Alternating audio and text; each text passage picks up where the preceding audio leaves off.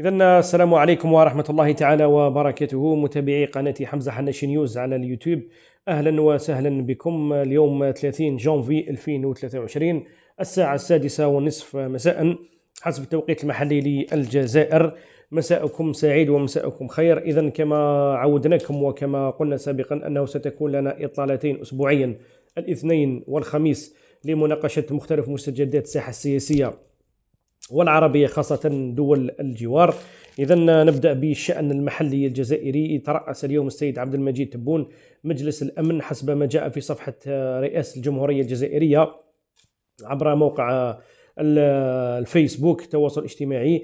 حسب الصور المنشورة في صفحة الرئاسة، الاجتماع اليوم غلب عليه الطابع العسكري تقريبا بنسبة 100%، بحضور قيادات العسكرية المعروفة على رأسها السيد سعيد شنقريحة قائد الأركان، إضافة لمختلف المصالح الأمنية. الملاحظ هذه المرة خاصة هو حضور قادة القوات الجوية.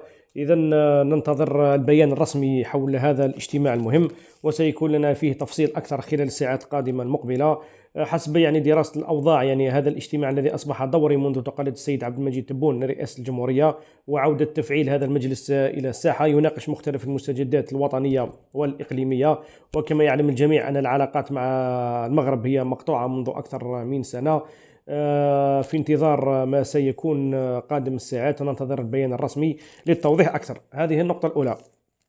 النقطة الثانية، أنه شهدت شقيقة تونس خلال الساعات الماضية الانتخابات التشريعية، نأملها إن شاء الله تكون في صالح الدولة الشقيقة تونس، ونأمل إن شاء الله الخير لهذا البلد الشقيق الذي يعتبر بلد جوار وتربطنا به علاقات أخوة وعلاقات صداقة منذ الأبد، ونتمنى كل الخير للشقيقة تونس.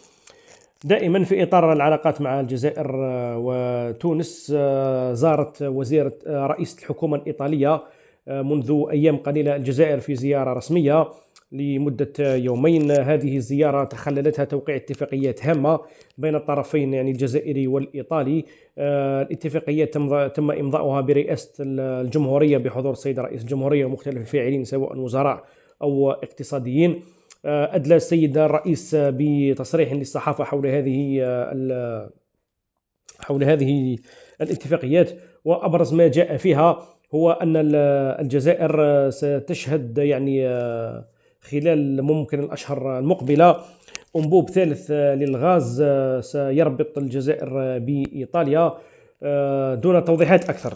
وحسب المحللين وحسب الأوضاع، نحن نعلم أن الجزائر منذ تقلد السيد عبد المجيد تبون رئيس الجمهورية مقاليد الحكم هنا في الجزائر بقصر المورادية منذ انتخابات 12 ديسمبر 2019.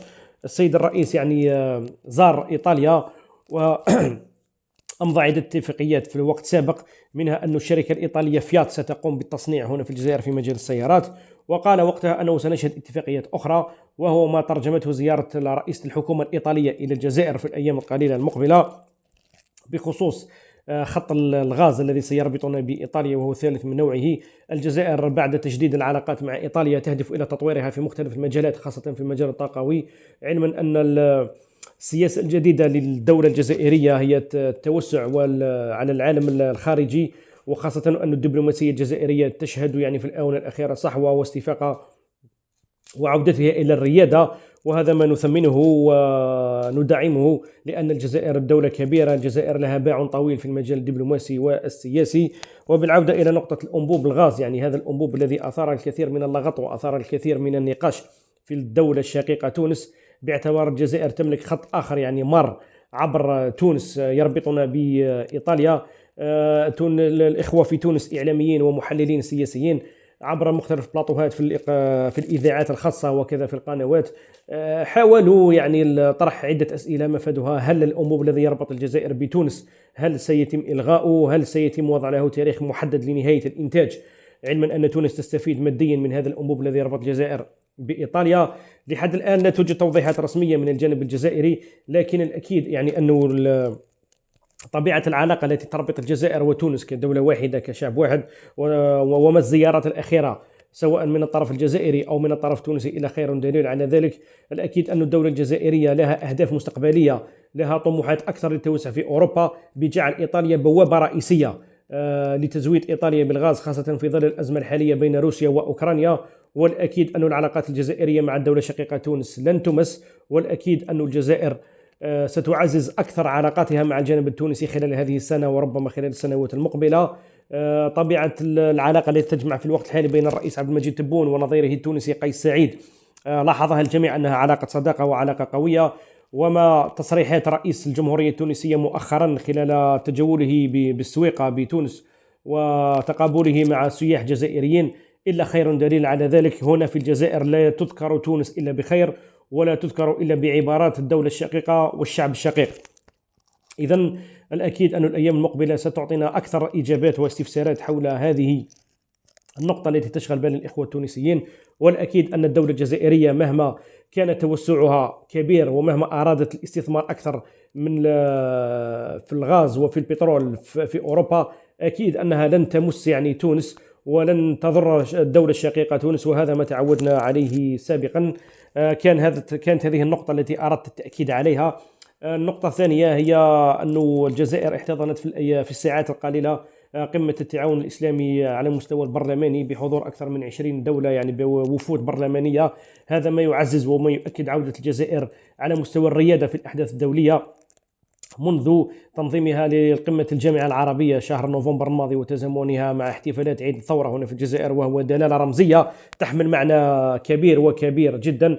إذن الجزائر اليوم عادت بقوة على الساحة العربية، على الساحة الإفريقية، وإن شاء الله على الساحة العالمية. الجزائر اليوم الدبلوماسية على رأسها السيد وزير الخارجية رمضان العمامرة تقوم بدور كبير وكبير جدا في الآونة الأخيرة، وهو ما ترجم من خلال التظاهرات واللقاءات التي تنظمها هنا الجزائر. إذا نأمل الخير لوطننا. مرة أخرى ننتظر البيان الرسمي لرئيس الجمهورية حول فحوى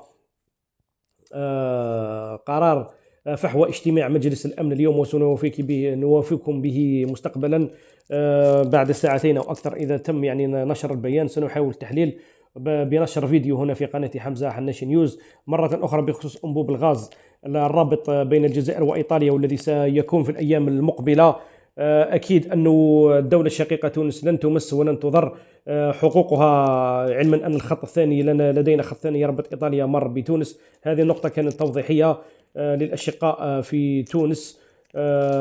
إذن حتى لا أطيل عليكم أكثر، نتمنى أن المداخلة هذه يعني تكون أفادت بعض الأشقاء والزملاء الذين طرحوا العديد من الأسئلة بخصوص الأنبوب الغاز الذي سيربط الجزائر بإيطاليا، وما هو دور تونس وما هو محل تونس من الإعراب بخصوص الخط الثاني. نتمنى أن الإجابة هذه وفات. إذا ما نطولوش عليكم أكثر، نشكركم جزيل الشكر على المتابعة تاعكم، وإلى اللقاء. وابقوا أوفياء دماء القناة حمزة حناشي نيوز. شكرا جزيلا، إلى اللقاء.